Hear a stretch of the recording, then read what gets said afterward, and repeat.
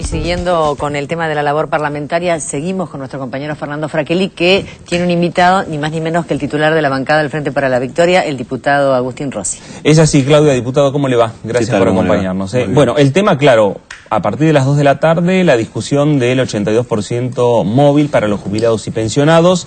Ustedes van a tener una reunión previa con el titular del ANSES, Diego Bocio. El tema, me parece que hoy por hoy los dos proyectos que se están discutiendo y que discute también la oposición tienen que ver por dónde van a pasar el financiamiento de ese aumento del 82%.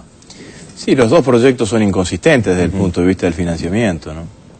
La verdad que lo primero que hay que decir es que este es el gobierno que desde el 83 hasta la fecha ha hecho más por el sistema previsional argentino y por los jubilados y los pensionados.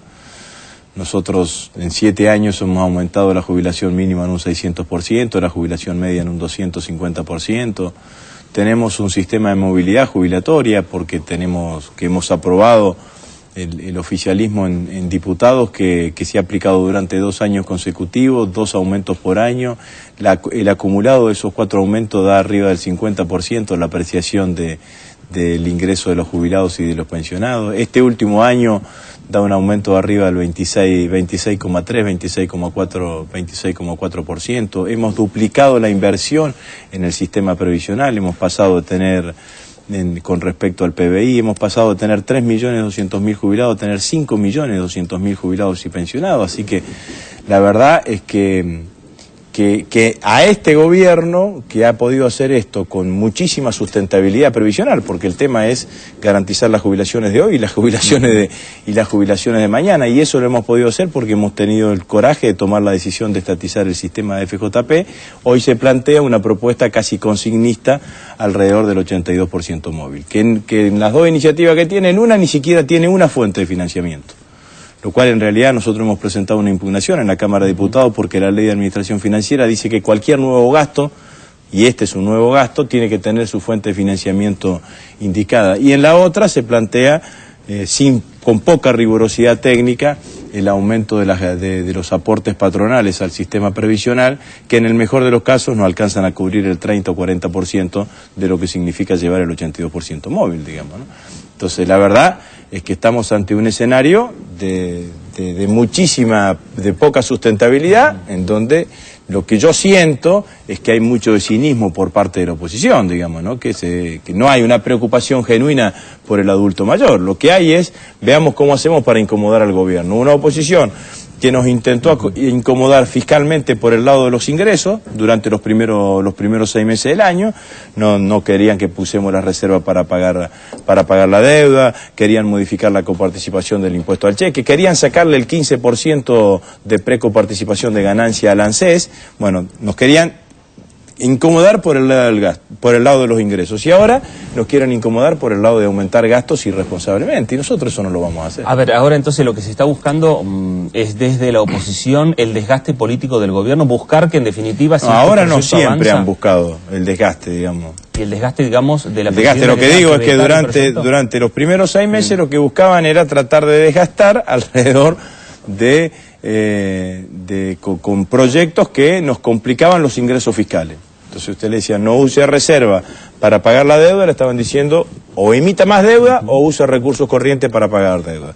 Si usted le decía, modificamos la coparticipación del impuesto al cheque, le sacaban 10.000 millones de pesos. Si le decían, devolvemos el 15% de precoparticipación de ganancia que va al ANSES, también le generaban una disminución de ingresos. Han cambiado esa estrategia, que ha fracasado claramente, por una estrategia en donde lo que tratan de hacer es que el gobierno aumente los niveles de inversión, digamos, con una bandera que es claramente sensible. ¿Y quién no quiere mejorar los ingresos de los jubilados y los pensionados? Ahora nosotros tenemos la responsabilidad de gobernar, tenemos la responsabilidad que el aumento que le vamos a dar en septiembre a los jubilados podamos duplicárselo en marzo del año que viene, no dar un aumento para que dentro de 2 años tengamos despuelteado el sistema previsional. Esto quedó claro cuando lo citan al ministro de Economía, Vudú, y le responde a Morales en aquel momento que cuando fueron gobierno en la Alianza le quitan el 13% a los jubilados, a los empleados estatales, pero de ahí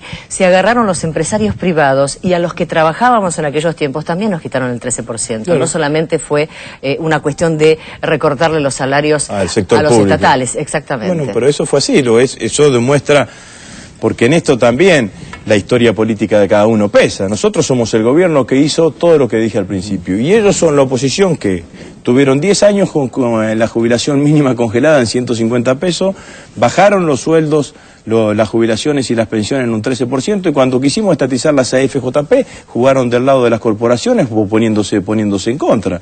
Entonces, la verdad es que yo a todos los adultos mayores les digo que no se dejen engañar por este canto de sirena, digamos, porque los va a llevar al precipicio, digamos, sin ninguna duda que es así, porque es claramente insustentable.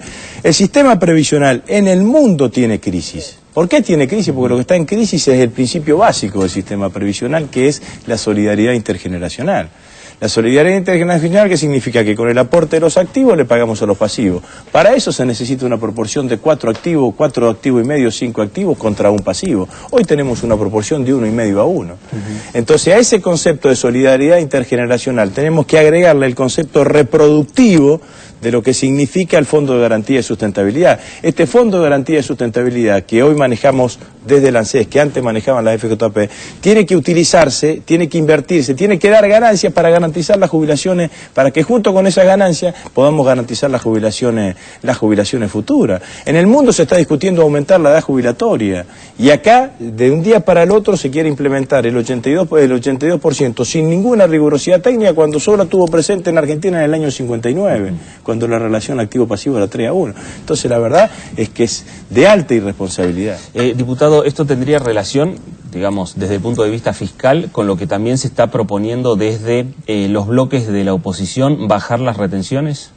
Bueno, pero por eso le digo, la oposición tiene una estrategia, un plan parlamentario que es el plan del default fiscal.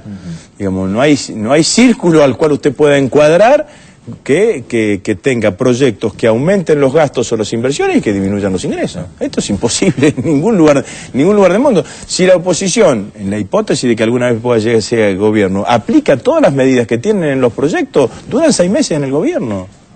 Porque el gobierno entra en default. Esta es la realidad. Le voy a pedir permiso a mi compañero Fernando, me voy a meter en un terreno que es de él, pero bueno, ya que estamos, lo tenemos a usted como referente. ¿Qué opinión le merece la decisión que tomó Carrió la semana pasada, de dar un paso al costado? No sé, que como demuestra, en términos, digo, aléjese de Carrió, digamos, en términos de teoría política, un espacio político que no tiene proyecto, que no tiene un proyecto único de sustentabilidad hacia el futuro, lo que termina pasando en un determinado momento es que las posiciones personales y las personalidades se imponen por sobre el proyecto. Entonces aparecen las diferencias y terminan tomándose decisiones en función de los posicionamientos de cada uno. Entonces me parece que la decisión de Carrió tiene que ver con su posicionamiento personal dentro de ese espacio político. Eso es un problema del espacio político. Hacia la Argentina, hacia los argentinos, demuestra una falta de sustentabilidad de la oposición, una falta de consistencia por parte de la oposición, que es claramente gravosa, digamos, ¿no? Porque no pueden ponerse de acuerdo 4 dirigentes políticos, esta es la realidad. Ahora, diputado, digamos, los desacuerdos que puedan haber en los distintos bloques políticos o agrupaciones políticas, lo que pasó en la coalición, el acuerdo cívico, las diferencias que pueden existir en el peronismo federal, ¿eso también repercute en la tarea diaria del recinto de la Cámara de Diputados? No, hasta ahora no, a fuerza de ser sincero, hasta ahora no, más allá de que vengan desde distintos lugares y de que partan de distintas posiciones, terminan votando siempre en forma conjunta y en contra del gobierno, digamos. No hemos logrado durante todo este tiempo que aparezca una voz con una cuota de racionalidad, digamos, ¿no? Cuando aparece una voz con cierta racionalidad, como la del gobernador de la provincia de Santa Fe la semana pasada alrededor del tema de las retenciones, hicieron cola para salir a criticarlo y a gastarlo al gobernador de la provincia de Santa Fe. Así que la verdad que no, hasta ahora todo eso no se ha traducido en actitudes parlamentarias o en actitudes legislativas distintas. Bueno, esta será la relación, ¿no? De aquí en adelante, me parece hasta que sean las elecciones, porque también los tiempos se van adelantando en la Argentina y esto tiene que ver también con aquellos referentes que quieren ser candidatos a presidente, a gobernador, a reelegirse como diputados nacionales.